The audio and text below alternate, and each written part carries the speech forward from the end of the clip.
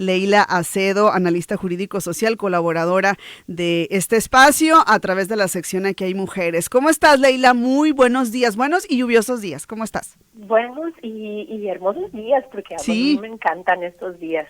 a mí también, yo lo Escuchar la disfruto mucho. lluviecita así de fondo. Así Digo, un es. poco de alegría. Bueno, a mí me gusta la lluvia, hay gente a la que no le gustará, ¿no? No, a mí me pone de muy buen humor. Hay gente que se deprime, pero a mí me encanta porque son pocos los días que tenemos en el año, entonces hay que disfrutarlos, ¿no? Leila, aprobación de la violencia vicaria en México. ¿Qué nos puedes compartir sobre este tema?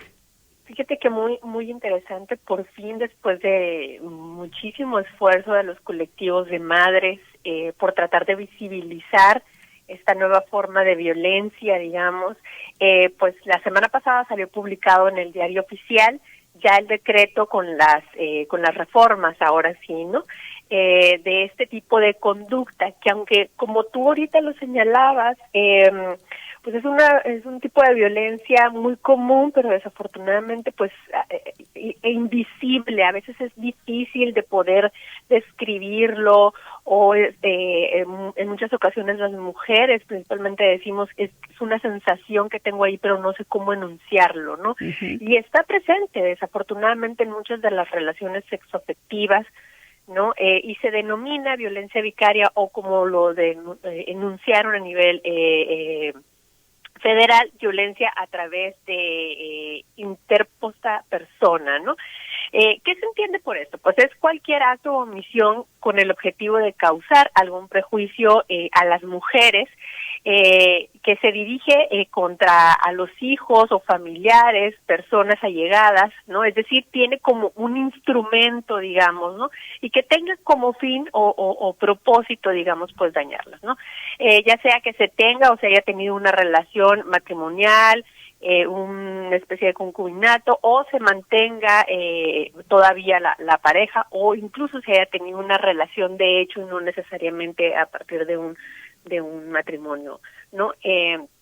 Y bueno, en México pues somos pioneros ahora sí en poder pues aprobar este tipo de reformas, ¿no? Es un marco normativo que viene y procede también mucho del marco europeo, sobre todo español, ¿no? Y pues bueno, se reforma el Código Civil, el Penal Federal y la Ley de Acceso a Mujeres a una Vida Libre de Violencia, y hace referencia específicamente a ciertas conductas que tengan como sentido amenazar, causar daño a los hijos o familiares que ya mencioné, sustraerlos, que ese es un caso muy recurrente, retenerlos o usarlos para obtener información de la madre y promover actos de agresión en su contra.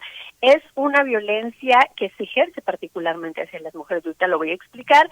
La sanción son 5 años, y a diferencia de Sonora, que ya se reformó el año pasado, a mediados del año pasado, esta reforma es muchísimo más amplia porque tiene ciertas novedades que en su momento Sonora va a tener que adaptar, va a tener que armonizar, ¿no? Y este va a ser un nuevo reto para la sociedad civil para impulsarlo, porque esta reforma tiene unos elementos muy enriquecedores, ¿no? Por ejemplo, se considera este modo de violencia como causal de divorcio, ¿no? Uh-huh. Y también Interesante. es un elemento fundamental para la pérdida de la patria potestad y limitar sobre todo el régimen o restringir los regímenes de visitas, ¿no? Que esa es una de las digamos aristas que siempre están debatiendo las mujeres, ¿no?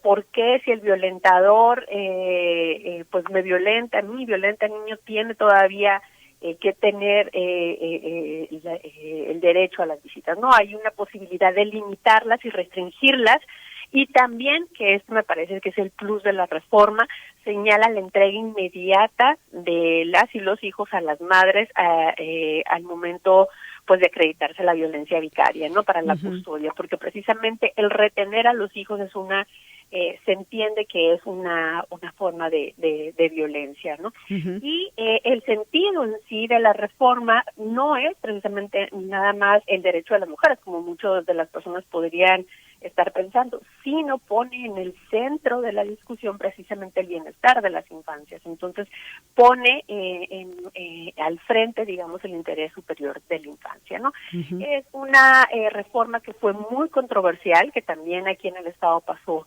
por estos procesos, porque el espíritu que fundamenta el reconocer este tipo de violencia surge precisamente de reconocer que existe una manera de agresión en un contexto social que es desigual para las mujeres, ¿no? Y que existen diferencias estructurales basadas en el género que coloca precisamente a las mujeres y a las infancias en un riesgo preponderante de experimentar de una forma desproporcionada, recurrente y permisiva, que eso es un tema muy importante, los diferentes tipos de violencia. Interesante también me parece, Leila. Yo he seguido las redes sociales y me encanta que hay un vicariómetro. Como violentómetro, pero mide la intensidad o ejemplifica las circunstancias que hacen y que las personas, pues, para que la gente sepa cuándo está viviendo violencia vicaria, ¿no? Sí, se confunde mucho con la violencia familiar, sin embargo, es diferente porque si bien se confluyen, digamos, estos dos tipos de violencia en el espacio familiar, la violencia familiar se ejerce en el marco de la convivencia filial, ¿no? Y los receptores pues pueden ser distintos, cualquier miembro de la familia, pero la violencia vicaria es a partir de un ejercicio de poder en el que se utiliza, esa es la palabra, ¿no? La utilización como instrumentos o mecanismos de dominación a ciertos miembros de la familia. Esa es la diferencia, digamos. Sí, se dice que empieza en la relación de pareja, pero continúa o crece con la separación y las denuncias o todo este proceso que hay de por medio, ¿no? Entonces, interesante, ahorita hablabas de una armonización, cada vez se habla más de la violencia vicaria y cuando son, a veces estos temas se me hacen muy complicados o es difícil y que me da gusto que se haya legislado porque siento que a veces cuando existen situaciones que pueden confundirse con subjetividad suele ser más difícil que lleguen al marco legal, Leila. Sí, y de hecho ese es el reto. El reto sería entonces cómo el sistema de justicia va a implementarlo, porque gran parte del ejercicio de poder que se denota de la violencia vicaria está precisamente en la implementación de los sistemas de justicia, en cómo hacerle saber al juez que lo que está pasando realmente es una instrumentación de tus hijos, ¿no?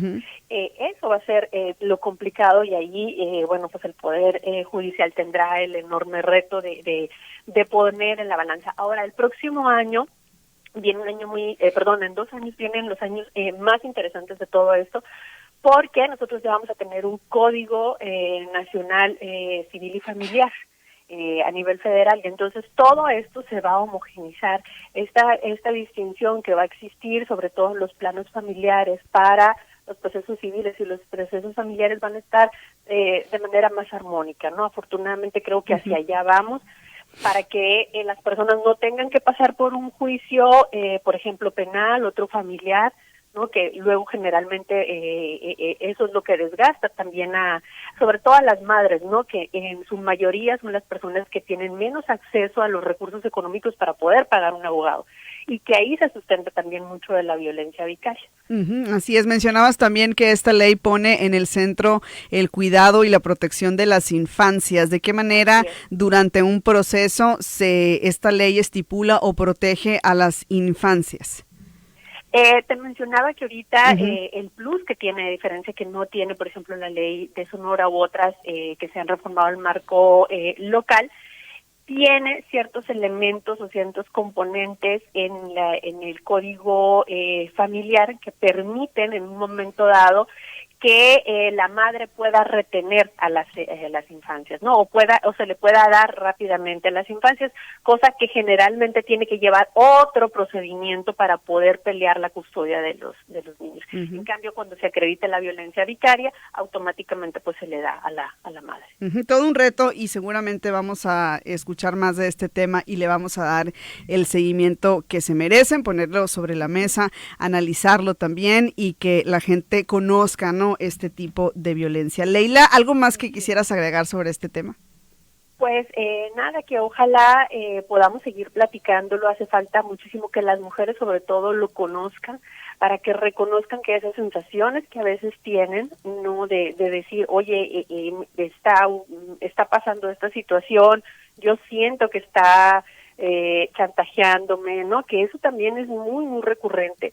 y el por qué muchas personas no denuncian incluso, ¿no? O por qué muchas personas ceden a ciertas situaciones, porque están, pues evidentemente los hijos de por medio o las familias, ¿no? Y pues nada, seguimos en la discusión. Muy bien, pues muchísimas gracias, como siempre un gusto, un placer tenerte, Leila, en este espacio, en esta conversación, en este enlace alternado pues que tenemos para Sonora Noticias AM. Gracias, te enviamos un saludo.